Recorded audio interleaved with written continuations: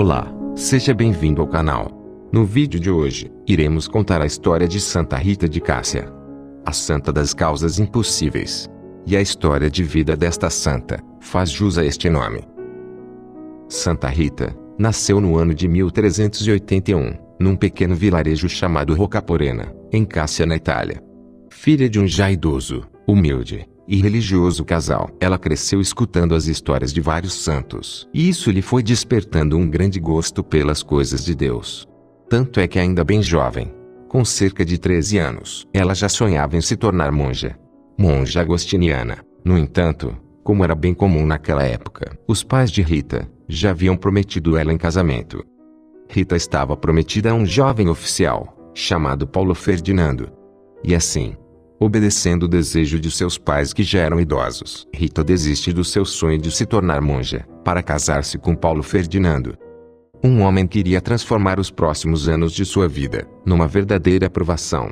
É que depois de casado, Paulo demonstrou-se uma pessoa violenta, infiel no matrimônio e alcoólatra. Mas com paciência, Rita se manteve uma esposa virtuosa e devotada, sempre rezando para que Deus abrandasse o duro coração do esposo. E do casamento entre Rita e Paulo, Rita engravida de gêmeos, 2 bebês do sexo masculino, e que nascem com o mesmo temperamento do pai. Com muito amor, ternura e os cuidados de mãe, Rita tentou educar os meninos nos caminhos de Deus, mas eles sempre preferiam seguir o tortuoso caminho do pai. Por conta disso, ela chorava, rezava, dava bons exemplos, mas nada deles mudarem. Por cerca de 18 anos, Rita sofreu com um esposo violento e 2 filhos rebeldes. Mas finalmente, depois de anos de muita paciência, dedicação, fé e perseverança, Rita consegue amolecer o duro coração do marido, tornando um esposo dócil e dedicado. Ele mudou de tal forma na maneira de agir, que as mulheres da cidade, as que também sofriam por conta de esposos violentos, vinham se aconselhar com Rita. Mas infelizmente, a felicidade não durou muito. É que no passado, Paulo havia deixado muitas rixas, e certo dia, quando ele vinha do trabalho, ele é pego numa emboscada e assassinado. Ao saberem do ocorrido, os 2 filhos do casal prometem que irão vingar a morte do pai. Ao ouvir aquilo, Rita orou a Deus pedindo para que tirasse o desejo de vingança do coração dos filhos. Ela disse que preferiria que eles morressem e fossem para o céu, do que vê-los sujar as mãos com sangue. E assim aconteceu. Os 2 filhos de Rita foram acometidos por uma violenta peste que assolava a região, e morreram. Mas antes de morrerem, eles perdoaram o assassino do pai. Agora sozinha na vida, sem marido e nem filhos, Rita entregou-se somente às orações, penitências e obras de caridade. E obedecendo o chamado que sentia em seu coração desde menina, ela foi até o mosteiro de Santa Maria Madalena, com o intuito de se tornar monja, mas por já ter sido casada, não foi aceita. Mas nem por isso, Rita deixou de visitar os enfermos ou fazer caridade. E certa noite, ela recebe uma visita muito especial. Ela ouviu uma voz chamando. E quando foi ver, lá estava de forma miraculosa Santo Agostinho, São Nicolás de Tolentino e São João Batista. Eles pediram que Rita os seguissem, e depois de caminharem um pouco pelas ruas, os 3 santos desapareceram. Rita então sentiu um suave empuxo, e quando se deu conta, estava dentro do mosteiro de Santa Maria Madalena. Quando as monjas viram Rita dentro do convento, e percebendo que as portas estavam todas trancadas, não tiveram dúvidas que ela entrou ali por intervenção divina. E assim, Rita finalmente foi aceita no convento.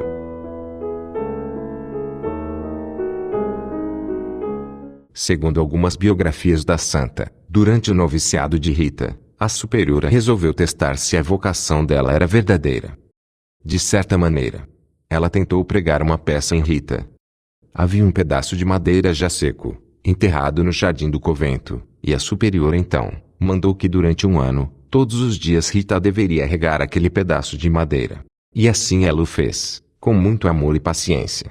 Todos os dias Rita regava aquele pedaço de madeira.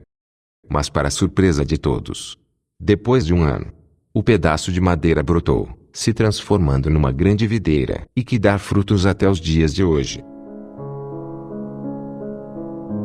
Rita sentia um amor tão grande por Jesus Cristo, que ela desejava compartilhar um pouco da dor que ele sentiu durante a crucificação. E assim aconteceu, certo dia, enquanto Rita fervorosamente rezava em frente a um crucifixo. Ela pede para que Jesus compartilhe com ela um pouco da dor que sentiu durante o momento da crucificação. E então um dos espinhos da coroa de Cristo perfura a testa de Rita, causando um estigma, uma ferida, e que a fez sofrer por cerca de 15 anos. É que além das terríveis dores que o ferimento lhe causava, ele ainda exalava um mau cheiro muito forte. Por conta disso, Rita teve de ficar isolada das outras monjas, mas isso em nada abalou sua fé. Pelo contrário, todo o sofrimento que ela sentia era oferecido a Deus. No ano de 1450, todas as irmãs do convento iam fazer uma peregrinação até Roma. Rita também desejava ir. Mas devido à sua saúde debilitada, e ao ferimento de sua testa que continuava com mau cheiro, ela foi proibida de ir. Rita então reza pedindo para que Deus retire temporariamente o ferimento de sua testa, para que ela possa cumprir a peregrinação a Roma. E assim aconteceu. A ferida da testa de Rita é curada, e ela pode cumprir a peregrinação conforme desejava. No entanto, após retornar da peregrinação, a ferida se abre novamente, e aos poucos, a saúde de Rita estava ficando cada vez mais frágil. Os últimos anos de sua vida foram marcados por sofrimentos sem trégua, mas a sua perseverança na oração a levava a passar até 15 dias isolada, sem falar com ninguém, a não ser com Deus. Dormia no chão frio, e assim foi até os últimos dias de sua vida. Rita faleceu em 22 de maio de 1457, no momento da morte. A ferida que ela carregava na testa cicatrizou, e o mau cheiro deu lugar a um suave perfume de rosas. Uma das freiras que tinha um dos braços paralítico, ao se abraçar com Rita no leito de morte, ficou curada.